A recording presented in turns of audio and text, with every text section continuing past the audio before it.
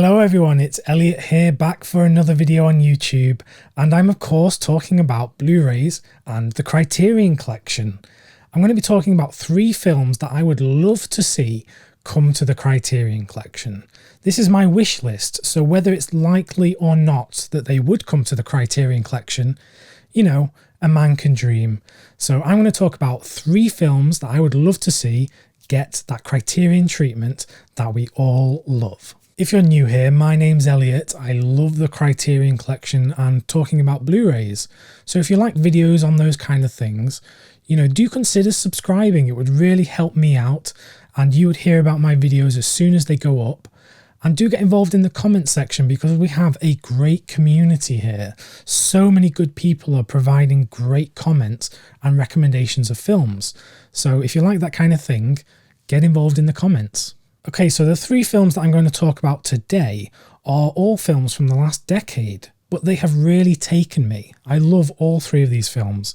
So I'm hoping that if you've not heard of them or if you've not seen them, that if anything, you can just get some good recommendations from this video. So the first film that I would love to see get a Criterion release on Blu-ray is The Lobster. This is the film by Yorgos Lanthimos, starring Colin Farrell and Rachel Weisz. I love this film. It's so very strange. I was fortunate enough to see The Lobster when it came out in cinemas here in the UK back in 2015, and I loved it, but I was not prepared at all. If you've not seen it, or if you've not seen any film by Lanthimos, his style is very strange, both his directing and the way that the actors act in his film. It's all very peculiar, but I'm fully engrossed in it. I get completely absorbed in the worlds that he creates. Just a bit about the film if you're not too familiar with it. It's about a world in which if you're not in a relationship with someone, you have to be sent to this. It's essentially like a dating hotel where you have to be paired off with someone. And if at the end of a month with this other person, if you don't like them and it's not working out, you have to be turned into an animal. Yeah, that's right. You have to be turned into an animal of your choice. So for Colin Farrell, it's a lobster. So that's why it's called The Lobster. But it's such a peculiar film. Like, the concept itself is absurd. And the way they act in the film is absurd. The writing is absurd. The whole thing's absurd.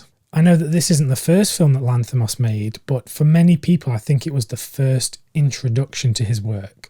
And since The Lobster he made Killing of a Sacred Deer, another film that I love, and The Favourite, yet another film that I love. I just love all of the films that I've seen from him. He has a film called Dogtooth as well, which I think would be a fine addition to the Criterion Collection. But I'm going with Lobster because I really love this film. And it was my introduction to Lanthimos as a filmmaker. There is one link that I can think of between Lanthimos' style and the Criterion Collection, and that is that he is very inspired by Robert Bresson, the French director who has a many film in the Criterion Collection. Films like Pickpocket and L'Argent and A Man Escaped. His style of filmmaking was to have his actors, or as he called them, models. Essentially, they weren't meant to act. All of the acting was to go out of the window and they were to just say the lines. So you can see the Bresson inspiration on Lanthimos. But I guess if you were to put a Bresson film next to a Lanthimos film, you wouldn't necessarily make the connection.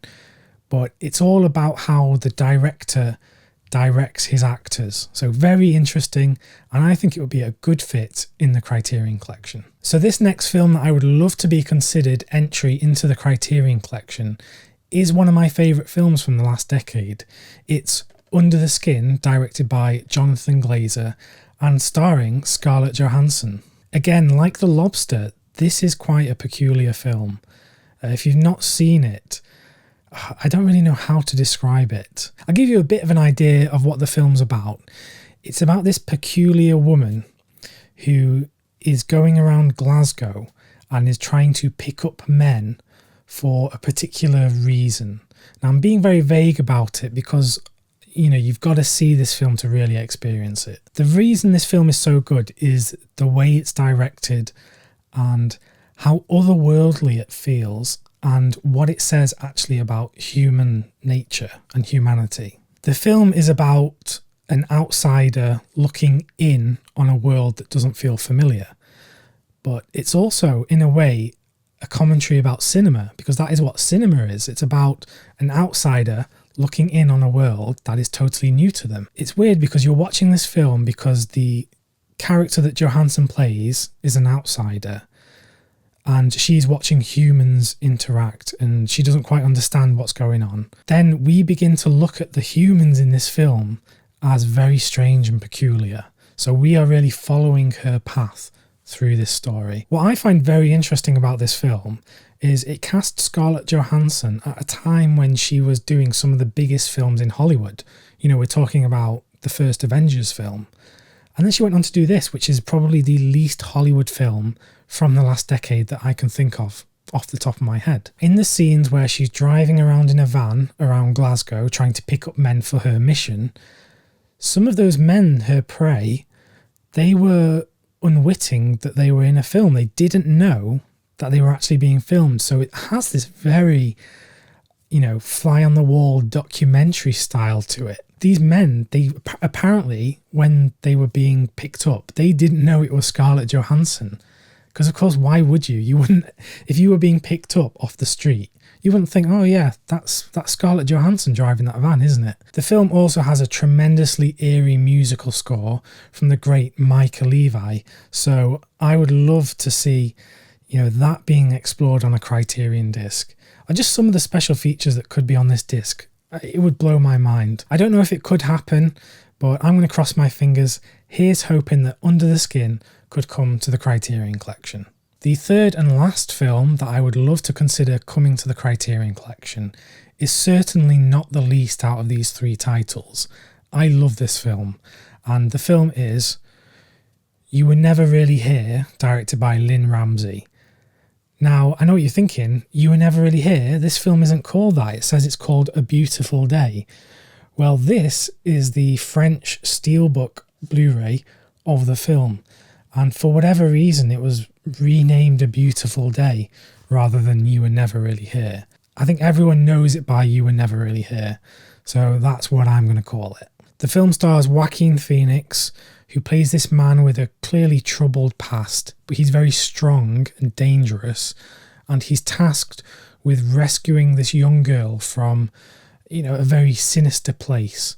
And that's all I'll say about the film, because I think you should experience this firsthand without really knowing much about it. But I do love this film, and I would thoroughly love it to come to the Criterion Collection. When I think about this film, I often think about Taxi Driver by Martin Scorsese, and in turn, Joker, which also stars Joaquin Phoenix. There's very similar themes going on with these central characters in all of those films. But I think this could also come to the Criterion Collection because one of Lynn Ramsey's other films, called Ratcatcher, is part of the collection on DVD.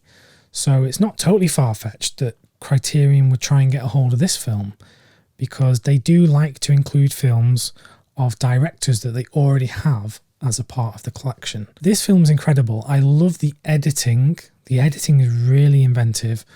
Lynn Ramsey's direction is on point as usual. And I love the musical score from Jonny Greenwood of Radiohead fame. And he's also done some of the soundtracks for one of my favourite directors, Paul Thomas Anderson. I mean, come on, that Phantom Thread soundtrack is incredible.